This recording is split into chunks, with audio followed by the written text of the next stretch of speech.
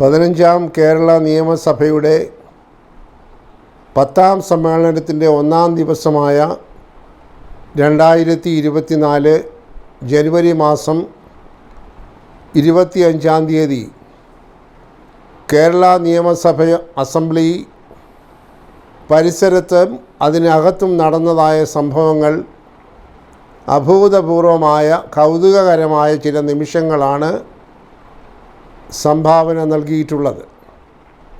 ഒരുപക്ഷെ കേരള നിയമസഭയുടെ ചരിത്രത്തിൽ ആദ്യമായിട്ടാണ് ഒരു റെക്കോർഡ് സ്ഥാപിച്ചുകൊണ്ട് പ്രസംഗം നടത്തിയ കേരളത്തിൻ്റെ ഭരണാധികാരി എന്ന് വിശേഷിപ്പിക്കാവുന്ന സാങ്കേതിക പദവിയുള്ള ഗവർണറുടെ പ്രസംഗം 1 മിനിറ്റ് 18 സെക്കൻഡ് കൊണ്ട് പൂർത്തിയാക്കിയത്. ഇത്രയും ചുരുങ്ങിയ സമയം കൊണ്ട് നയപ്രഖ്യാപന പ്രസംഗം നടത്തിയ ഒരു ഗവർണർ കേരളത്തിൽ നാളിതുവരെ അധികാരത്തിൽ ഇരുന്നിട്ടില്ല. അപ്പോൾ ഇത് യാദർച്ഛികമായി നടന്ന സംഭവമല്ല എന്ന് തന്നെയാണ് പൊതുസമൂഹവും ഇന്ത്യയിലുള്ള മറ്റ് എല്ലാ നിയമസഭാ സാമാജികരും മന്ത്രിമാരും സ്പീക്കർമാരുമൊക്കെ വിലയിരുത്തുന്നത്. കേരളത്തെ സംബന്ധിച്ചിടത്തോളം ഇതിൻ്റെ സാഹചര്യം നന്നായി പൊതുസമൂഹത്തിന് ഇതിനോടകം അറിയാം. കഴിഞ്ഞ കുറേ കാലമായി കേരളത്തിൻ്റെ ഭരണം നിയന്ത്രിക്കുന്ന തിരഞ്ഞെടുക്കപ്പെട്ട സർക്കാരും സാങ്കേതികമായി ഭരണാധികാരി എന്ന് കരുതുന്ന ഗവർണറും തമ്മിലുള്ള ആശയപരമായ അഭിപ്രായപരമായ സംഘട്ടനം പലതരത്തിലുള്ള വ്യാഖ്യാനങ്ങൾക്കിട നൽകിയിട്ടുണ്ട്. ഒരു തരത്തിൽ പറഞ്ഞാൽ കേരളത്തിൽ ചെറിയ തോതിലെങ്കിലും ചില മേഖലകളിൽ ഭരണ പ്രതിസന്ധിയും ആ നിലപാട് മൂലമുണ്ടായിട്ടുണ്ട്. കേരള നിയമസഭ പാസാക്കിയ പല നിയമങ്ങളും ഇപ്പോഴും ഗവർണറുടെ അംഗീകാരം ലഭിക്കാതെ ചിലതൊക്കെ ഗവർണറുടെ രാജ്ഭവനിലും സാങ്കേതികമായ പ്രശ്നമുണ്ട് എന്നതിൻ്റെ പേരിൽ നിയമപരമായ പ്രശ്നമുണ്ട് എന്നതിൻ്റെ പേരിൽ ഗവർണർ അയച്ചു കൊടുത്ത് രാഷ്ട്രപതി ഭവനിലുമാണ് ഇരിക്കുന്നത്. അതിൻ്റെയും കാരണം അന്വേഷിച്ചു പോകുമ്പോൾ വളരെ വ്യക്തമായ ചില സൂചനകൾ നമുക്ക് ലഭിക്കുന്നുണ്ട്. കേരള ഗവർണറുടെ ഇതുവരെ ഉണ്ടായിരുന്ന പല അധികാരങ്ങളും ബോധപൂർവം വെട്ടിക്കുറയ്ക്കുന്നതിന് വേണ്ടി, ഉദാഹരണമായി സർവകലാശാല നിയമം, ലോകായുക്ത നിയമം, ഇവയിലൊക്കെ ഗവർണർക്ക് നാളിതുവരെ ഉണ്ടായിരുന്ന അധികാരങ്ങൾ ബോധപൂർവമായി സർക്കാരിൻ്റെ സൗകര്യമനുസരിച്ച് വെട്ടിച്ചുരുക്കുന്നതിനുള്ള നിയമങ്ങൾ ഉണ്ടാക്കിയപ്പോൾ ഒരു ഭരണാധികാരി എന്നതിനപ്പുറം ഒരു വ്യക്തി എന്ന നിലയിൽ അദ്ദേഹത്തിന് അത് അംഗീകരിക്കാൻ പ്രയാസമുണ്ടായി. അതുകൊണ്ടാണ് ചില നിയമങ്ങൾ അദ്ദേഹത്തിൻ്റെ അധികാരം തന്നെ വെട്ടിച്ചുരുക്കുന്ന, സർവകലാശാലയുടെ ചാൻസലർ എന്ന രീതിയിലുള്ള നാളിതുവരെ ഉണ്ടായിരുന്ന അധികാരങ്ങളൊക്കെ ബോധപൂർവം വെട്ടിച്ചുരുക്കുന്ന നിയമങ്ങൾ അദ്ദേഹം ഒപ്പിടാതെ കൂടുതൽ വിശദീകരണത്തിനായി രാഷ്ട്രപതിക്കും മറ്റും അയച്ചിരിക്കുന്നത്. ചുരുക്കത്തിൽ പറഞ്ഞാൽ ഗവൺമെൻറ്റും ഗവർണറും തമ്മിലുള്ള ആശയപരമായ സംഘട്ടനവും പൊരുത്തമില്ലായ്മയും അതിൻ്റേതായിട്ടുള്ള ഏറ്റവും ഒടുവിലത്തെ പ്രകടനമായിരുന്നു ബഹുമാന്യനായ ഗവർണർ ഇന്നലെ കേരള നിയമസഭയിൽ നടത്തിയത്.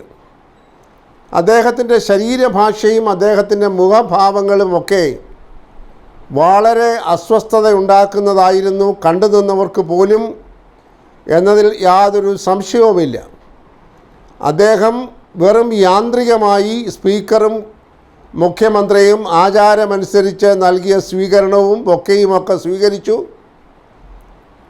അദ്ദേഹം ബഹുമാന്യനായ മുഖ്യമന്ത്രിയുടെ മുഖത്ത് പോലും നേരിട്ട് നോക്കാതെ അഭിവാദ്യം ചെയ്യാതെ ആ നിയമസഭാ മന്ദിരത്തിലേക്ക് കയറിയപ്പോൾ എഴുന്നേറ്റ് നിന്ന നിയമസഭാ അംഗങ്ങളോട് ആദരവ് കാട്ടുകയോ അഭിവാദ്യം സ്വീകരിക്കുകയോ ചെയ്യാതെ നടന്നു പോവുകയും അദ്ദേഹം നയപ്രഖ്യാപന പ്രസംഗത്തിൻ്റെ അവസാന ഖണ്ഡിക 63 പേജുകളുള്ള നയപ്രഖ്യാപന പ്രസംഗത്തിൻ്റെ അവസാന ഖണ്ഡിക മാത്രം വായിച്ച് 1 മിനിറ്റും ഏതാനും സെക്കൻഡും ചെലവഴിച്ചതിന് ശേഷം യാതൊരു ഭാവവ്യത്യാസങ്ങളുമില്ലാതെ നിയമസഭാ വേദി വിട്ടുപോയത്. ഇത് അഭൂതപൂർവമായ ഒരു സാഹചര്യമാണെന്ന് നേരത്തെ സൂചിപ്പിച്ചല്ലോ. ഇവിടെ കാണേണ്ടതായ ചില രാഷ്ട്രീയ അംശങ്ങൾ നാം കാണാതെ പോകരുത്.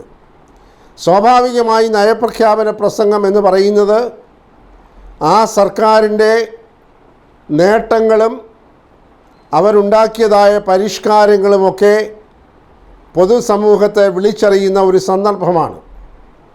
അതിൻ്റെ ഒരു ഖണ്ഡികയോ ഒരു വരിയോ വായിച്ചാൽ പോലും മന്ത്രിസഭ തയ്യാറാക്കിയ നയപ്രഖ്യാപന പ്രസംഗം വായിച്ചതായി കണക്കാക്കി നിയമസഭയുടെ രേഖകളിൽ ഉണ്ടാകും എന്നത് സാങ്കേതികമായ ഒരു വസ്തുതയാണ്.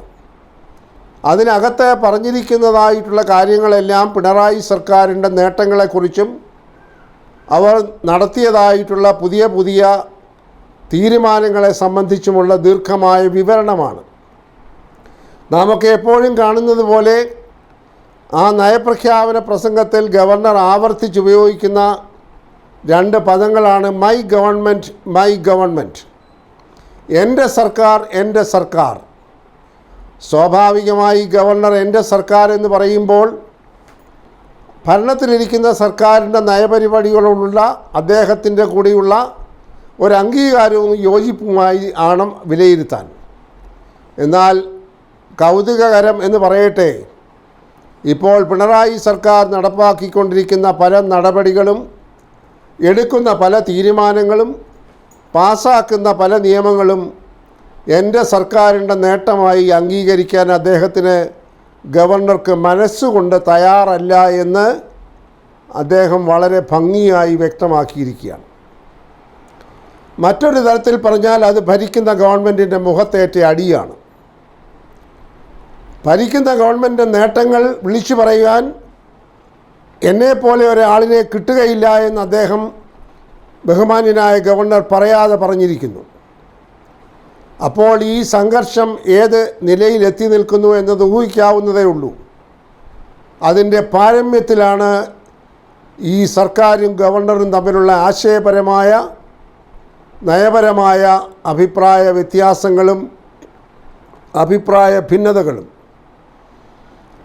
അതിനിടയിലാണ് നമ്മൾ കാണേണ്ട മറ്റൊരു വലിയ കൗതുകകരമായ സംഗതി, കേന്ദ്ര സർക്കാരിനെ പരോക്ഷമായി വിമർശിച്ചുകൊണ്ടിരിക്കുന്നതായിട്ടുള്ള, പരോക്ഷമായും പ്രത്യക്ഷമായും വിമർശിച്ചുകൊണ്ടിരിക്കുന്ന കേരള സർക്കാർ ഇപ്രാവശ്യം തയ്യാറാക്കിയ നയപ്രഖ്യാപനത്തിൽ വളരെ മൃദു സമീപനമാണ് സ്വീകരിച്ചിരിക്കുന്നത് എന്ന് പിന്നീട് അത് വായിച്ചവർക്ക് ബോധ്യമായി. അപ്പോൾ യഥാർത്ഥത്തിൽ കേരള സർക്കാർ തന്ത്രപരമായി ഗവർണറുടെ അപ്രീതിയും അതുവഴി കേന്ദ്ര സർക്കാരിൻ്റെ അപ്രീതിയും നേടാതിരിക്കാൻ വേണ്ടി ഇതെടുത്ത കൗശലപൂർണമായ ഒരു നിലപാടാണ് എന്നും അതിനെക്കുറിച്ച് വ്യാഖ്യാനിക്കുന്നുണ്ട്. ഇതിനേക്കാളൊക്കെ ഏറ്റവും കൗതുകമുണ്ടാക്കുന്ന രസകരമായ മറ്റൊരു നടപടിയിലേക്ക് കേരള സർക്കാർ പോവുകയാണ്. അതായത് കേന്ദ്ര സർക്കാരിൻ്റെ അവഗണനയ്ക്കെതിരായി കേരളത്തിലെ 21 മന്ത്രിമാർ, മുഖ്യമന്ത്രി ഉൾപ്പെടെ അദ്ദേഹത്തിൻ്റെ നേതൃത്വത്തിൽ കേന്ദ്രത്തിനെതിരായി ഡൽഹി ജന്തർ മന്ദറിൽ ഒരു സമരം നടത്താൻ പോവുകയാണ്. അതിനെക്കുറിച്ച് പെരുമ്പറ അടിച്ച് കഴിഞ്ഞ കുറേ നാളുകളായി മന്ത്രിസഭ, മുഖ്യമന്ത്രി ഉൾപ്പെടെ രാഷ്ട്രീയ കക്ഷി നേതാക്കൾ ഉൾപ്പെടെ പ്രചരിപ്പിച്ചുകൊണ്ടിരിക്കുകയാണ്. എന്നാൽ അപഹാസ്യമെന്ന് പറയട്ടെ, 2 ദിവസം മുമ്പ് തീരുമാനം മറ്റൊരു തരത്തിൽ വ്യാഖ്യാനിച്ച് മുഖം രക്ഷിച്ച് അത് സമരമല്ല സമ്മേളനമാണ് എന്ന് വരുത്തി തീർക്കാൻ ശ്രമം നടത്തിക്കൊണ്ടിരിക്കുകയാണ്. എത്ര അപഹാസ്യമായ ഒരു നിലവാര തകർച്ചയാണ് കേരള സർക്കാരിനുണ്ടായിരിക്കുന്നത്. വലിയ സമര പോരാട്ടമുള്ള വീരന്മാരായ വീരനായകന്മാരായ ഘടകകക്ഷി നേതാക്കളൊക്കെ മുഖ്യമന്ത്രിയുടെ പ്രഖ്യാപനങ്ങൾ വെള്ളം ചേർക്കാതെ ആവർത്തിച്ചുകൊണ്ടിരുന്ന സാഹചര്യത്തിലാണ് ഇന്നലെ തലകുത്തി മറിയുന്ന ഒരു പ്രകടനം ഒരു സഖ്യകക്ഷിയുടെ മന്ത്രിയിൽ നിന്നുണ്ടായത്.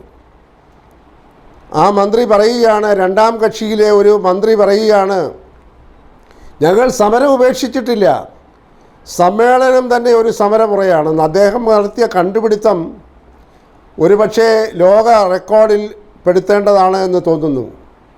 അദ്ദേഹം പറയുന്നു, ഷൂ എറിയുന്നതും കരിങ്കൊടി കാണിക്കുന്നതുമല്ല സമരം, സമ്മേളനവും സമരമാണത്രേ.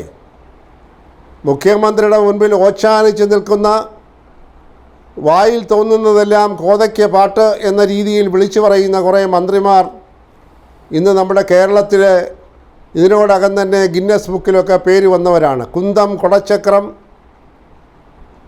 രോമാഞ്ചം, മുന്തിരിച്ചാറിൽ നിന്നുണ്ടാക്കുന്ന ഒരു സാധനം, ശുംഭൻ, ഈ തരത്തിലൊക്കെയുള്ള പ്രയോഗങ്ങൾ കൊണ്ട് ഇതിനോടകം തന്നെ ലബ്ധപ്രതിഷ്ഠ നേടിയ നേതാക്കന്മാരുള്ള ഒരു മുന്നണിയാണ് ഇപ്പോൾ കേരളം ഭരിച്ചുകൊണ്ടിരിക്കുന്നത്. 1, 2, 3 ഒക്കെ കേരളത്തിലുള്ള എല്ലാവർക്കും അറിയാം. നികൃഷ്ട ജീവി തുടങ്ങിയ പ്രയോഗങ്ങളൊക്കെ നടത്തിയത് ചില്ലറ ആളുകളൊന്നുമല്ല. അങ്ങനെ വായിൽ തോന്നുന്നത് വിളിച്ചു പറയുന്ന കുറേ ആളുകൾ പുതിയ വ്യാഖ്യാനവുമായി രംഗത്തിറങ്ങുമ്പോൾ എത്ര അപഹാസ്യമായ രീതിയിലാണ് ഇത് ഉരുത്തിരിഞ്ഞു വരുന്നത്. അതിൻ്റെ രസകരമായ മറ്റൊരു ഭാഗം, ബഹുമാന്യനായ മുഖ്യമന്ത്രി ഇന്ത്യയിലുള്ള മറ്റ് പല നേതാക്കളെയും ഈ സമ്മേളനത്തേക്ക് ക്ഷണിച്ചിരിക്കുകയാണ്. അപ്പോൾ അവിടെ പോയി ഒരു പൊറാട്ട് നാടകം കാട്ടിയിട്ട് ഈ നമ്മൾ പറയാറുള്ളത് പോലെ വാലാട്ടുന്ന ഒരു മൃഗം ചന്തയിൽ പോയാൽ ആർക്ക് പ്രയോജനമെന്ന് ചോദിക്കുന്ന പോലെ പൊതു ഖജനാവിലെ പണം ചെലവഴിച്ച് 21 മന്ത്രിമാർ ഡൽഹിയിൽ വിമാനയാത്ര നടത്തി വരുമ്പോൾ പിന്നെയും ഇടുത്തി പോലെ അതിൻ്റെ ഭാരം വഹിക്കേണ്ടത് നിരാധരായിട്ടുള്ള, നിഷ്കളങ്കരായിട്ടുള്ള കേരളത്തിലെ സാധാരണ ജനങ്ങളാണ്. ഇവിടെ കാണേണ്ടതായ രാഷ്ട്രീയമായ മറ്റൊരു വശം കൂടെ പറഞ്ഞ് ഇത് പൂർത്തിയാക്കാം സുഹൃത്തുക്കളെ. ഇത് നേരത്തെ പറഞ്ഞതുപോലെ നയപ്രഖ്യാപന പ്രസംഗത്തിൽ കേന്ദ്രത്തെ വലിയ ഒന്നും ഒരു തരത്തിൽ ആക്ഷേപിക്കാതെ മൃദു സമീപനം സ്വീകരിക്കുകയും ഇപ്പോൾ സമരമല്ല സമ്മേളനമാണ് എന്നൊക്കെ പറയുകയും ചെയ്യുമ്പോൾ BJP സർക്കാരിനെ എങ്ങനെയെങ്കിലും വലയിലാക്കി, വരുതിയിലാക്കി ഇപ്പോൾ മുഖ്യമന്ത്രിക്കും അദ്ദേഹത്തിൻ്റെ കുടുംബത്തിനും ചെന്നുപെട്ടിരിക്കുന്ന ചക്രവ്യൂഹത്തിൽ നിന്ന് എങ്ങനെയെങ്കിലും രക്ഷപ്പെടാനുള്ള ഒരു ശ്രമം കൂടിയാണ്, അപഹാസ്യമായ ഒരു ശ്രമം കൂടിയാണ്. ഒരു പച്ചയായി പറഞ്ഞാൽ ഒരു CPM BJP അന്തർധാരയാണ് ഇതിനകത്ത് ഇപ്പോൾ സൃഷ്ടിക്കാൻ, ബലപ്പെടുത്താൻ ശ്രമിക്കുന്നത് എന്ന് പറഞ്ഞാൽ പോലും അതിൽ അത്ഭുതപ്പെടേണ്ടതായിട്ടില്ല. CPMനെ സംബന്ധിച്ചിടത്തോളം ഇപ്പോൾ ഒരു വലിയ രാഷ്ട്രീയ പ്രതിസന്ധിയിലാണ്. കേന്ദ്ര സർക്കാരിൻ്റെ ആനുകൂല്യം പറ്റാതെ 37 പ്രാവശ്യം നീട്ടിവെച്ച Lavalin case, life mission case, K-ഫോണിനെ കുറിച്ചുള്ള അഴിമതി, AI ക്യാമറയെക്കുറിച്ചുള്ള അഴിമതി, അതുപോലെ കരുവന്നൂർ ബാങ്കിനെ കുറിച്ചുള്ള അഴിമതി, ഏറ്റവും ഒടുവിൽ കൊച്ചിയിലെ കരിമണൽ വ്യവസായിയുമായിട്ടുള്ള ഇടപാടിലെ അഴിമതിയൊക്കെ കേന്ദ്ര ഗവൺമെൻറ്റിൻ്റെ അന്വേഷണ ഏജൻസികളായ EDയും CBIയും ഒക്കെ ഗൗരവമായി അന്വേഷിച്ചുകൊണ്ടിരിക്കുകയാണ്. അതിലൊക്കെ പ്രതിഭാഗത്ത് നിൽക്കുന്ന CPMലെ ഉന്നതന്മാരായ നേതാക്കൾ, ബഹുമാന്യ മുഖ്യമന്ത്രി ഉൾപ്പെടെ, അവർക്കിതിൽ നിന്ന് തടി ഊരണമെന്നുണ്ടെങ്കിൽ BJPയെ സൗഹൃദമായി സമീപിക്കുകയല്ലാതെ വേറെ വഴിയില്ല. പക്ഷേ BJP അത് തിരിച്ചറിയും എന്നാണ് വിചാരിക്കേണ്ടത്. അങ്ങനെ തിരിച്ചറിയുമ്പോൾ ഈ ബഹുമാന്യനായ മുഖ്യമന്ത്രിയുടെയും CPMൻ്റെയും ഒക്കെ കണക്ക് കൂട്ടലുകൾ തകിടം മറിയുമോ എന്നുള്ളതാണ് വരും ദിവസങ്ങളിൽ വളരെ ജിജ്ഞാസയോടുകൂടെ പൊതുസമൂഹം അറിയാൻ കാത്തിരിക്കുന്നത്.